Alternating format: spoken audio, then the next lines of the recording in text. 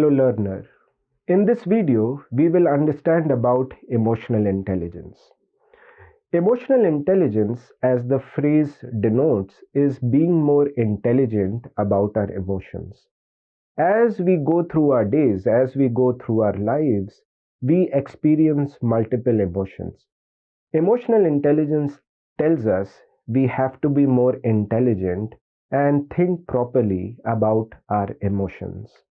Just like cognitive intelligence, which is about thinking about technical things, analytical things, today management literature and scholarship of management and organization behavior tells us we have to also be more intelligent, attach thinking to our emotions. I'm sure we have all seen these emojis, different emotions, different faces representing different emotions. How do we understand emotional intelligence? Emotional intelligence is nothing but being more aware of our own feelings, being more aware of how others are feeling, and then use this information of my own feelings and then the others' feelings and use it to take proper actions.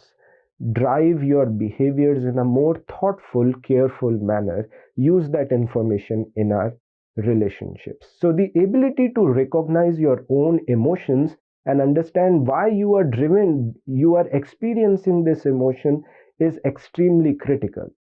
Using this understanding of your own emotions, you can empathize with others and understand what could be going on that may be driving the other person to experience certain feelings, and then use these feelings to develop better relationships, respond appropriately to others. In an earlier video, I had explained about our two selves, the ego and the natural self. Now, one of the problems about ego is not bad. We have to understand that the ego within us is actually driven by a sense of survival. It wants us to survive and to live in this world over time, over generations. So it is conditioned by genetics, our hereditary, and also our socialization in the present life. It wants us to be safe. So it is constantly perceiving threats, and which drives fear and a very important emotion. So if there is anything that threatens our survival, I experience fear because it may impact my survival. It keeps comparing myself to others because if I have to survive, I have to find out whether I am better or not so better compared to other people. I want to have things in my control. I want to strengthen my identity as an individual. I should be powerful. I should be important in the given situation.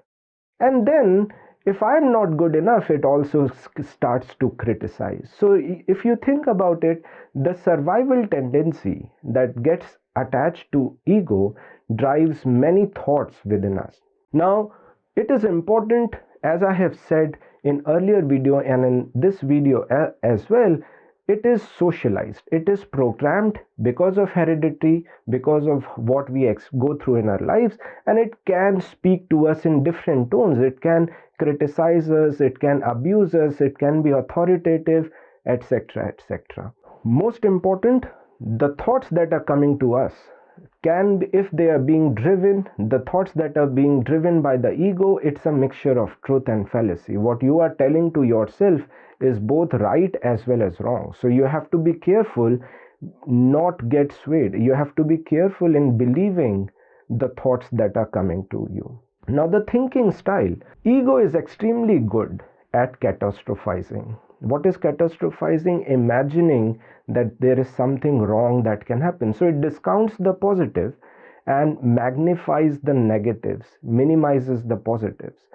Overgeneralizing. If there's something that goes wrong, what happens is we say, well, everything is wrong. Everything could go wrong because remember, it wants us to survive. So that's a thinking style associated with it.